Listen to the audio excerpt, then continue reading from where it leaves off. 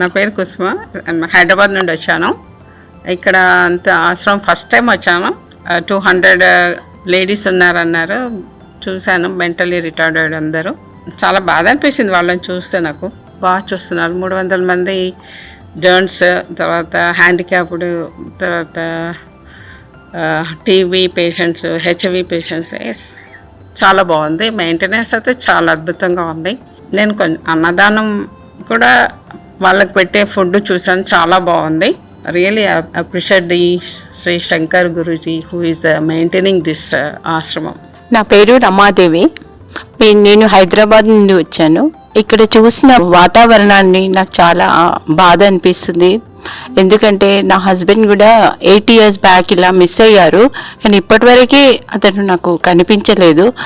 అదంతా చూసేసరికి నాకు చాలా ఈరోజైతే చాలా బాధ అనిపిస్తుంది. నాకు మీ మెయింటెనెన్స్ అయినా మీరు చూడడము ఇదంతా చాలా అద్భుతంగా చాలా మెయింటైన్ చేస్తున్నారు. ఇవన్నిటికీ ధన్యవాదాలండి. నా పేరు ఉర్మిళ కుమారి, జిడిమట్ల నుంచి వచ్చాము. చాలా చాలా చాలా నచ్చింది ఇక్కడ. వాళ్ళు మెయింటైన్ చేసేది, వాళ్ళకు మెడిసిన్స్ ఇచ్చేది, వాళ్ళకు ట్రీట్మెంట్ చేసేది, వాళ్ళ భోజనం అయితే సూపర్ ఉంది. ఇదంతా చూసి మాకు మెయింటెనెన్స్ కూడా చాలా బాగుంది.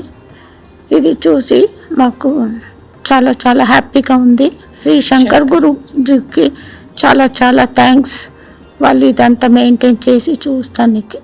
అమ్మా నాన్న అనాథాశ్రమంలో జీవిస్తున్న నా అంటూ ఎవరూ లేని 600 మంది అన్నదానానికి సహకరించి పుణ్యం కట్టుకోండి. వారి నిత్యాన్నదానం నిమిత్తం బియ్యం, పప్పు, కూరగాయలు వంటి కిరాణా సామాగ్రిని అందించి మానవత్వం చాటండి. మీ ఇంట జరిగే పుట్టినరోజులు, పెళ్లి రోజులు, పెద్దల వర్ధంతి కార్యక్రమాల వేళ ఈ అభాగ్యులకు శక్తి మేర అన్నదానం చేసి ఆయురారోగ్య అష్టైశ్వర్యాలతో జీవించండి.